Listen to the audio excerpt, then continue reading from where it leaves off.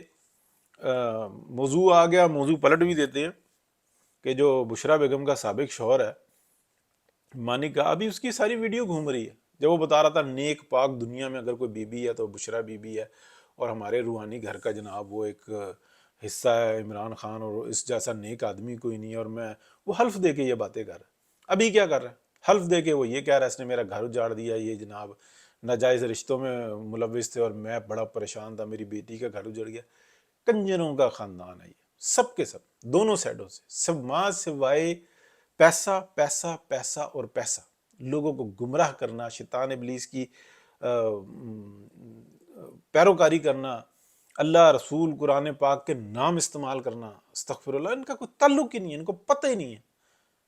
استغفر اللہ مطلب نبی پاک کی ذات کو کیسے یہ استعمال کرتے ہیں، آپ دیکھیں قرآن پاک کو کیسے مذاق اڑاتے ہیں وہ،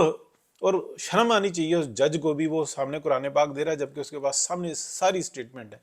جج کے علاوہ وہ ایک انسان بھی تو ہے، اس کو چاہیے کہ بالکل کہے کہ جو بات کرنی ہے کرو۔ یہ کیا تم جو نا دین کو بیچ میں لے آتے ہو، رسوا ہوا ہے پہلی پوری دنیا کے اندر،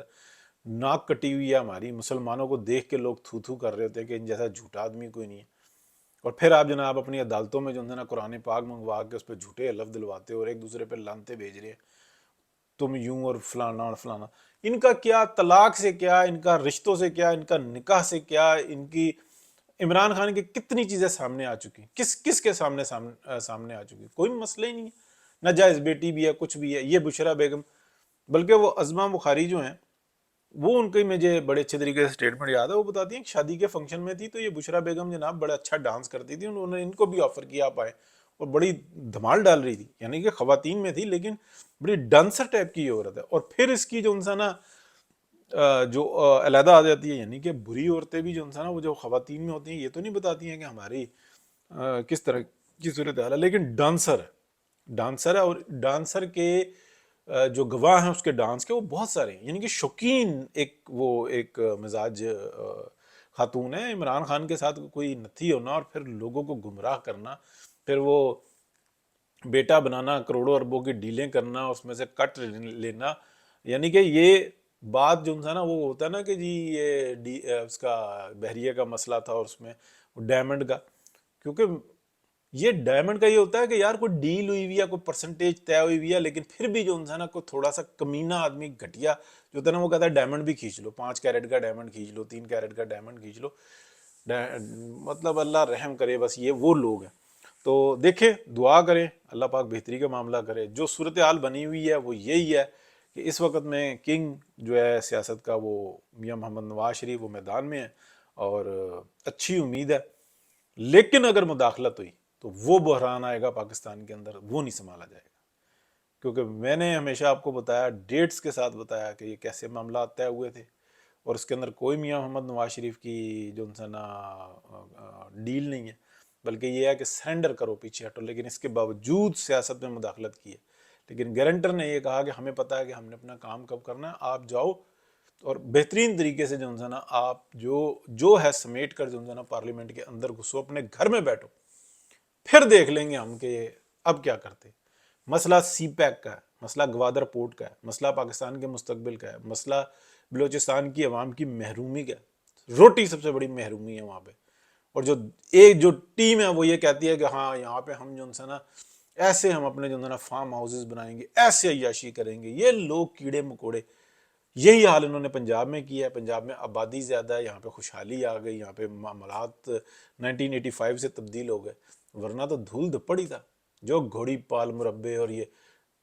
جگہیں جناب، اب ہم زراعت میں، او بھجن تم صرف دفاع کرو۔ اور اب اگر پارلیمنٹ 2/3 اکثریت سے کم لا کے اور کت کت کرنے کی کوشش کرتے ہیں تو میں آپ کو بالکل وضاحت سے بتا دوں کہ بڑا برا حشر ہونا، سب اجڑ کے رہ جانا۔ عوام تو اجڑے گی لیکن اگلوں نے جو انسان ان کو اجاڑ دینا۔ بہت شکریہ جی، اللہ حافظ۔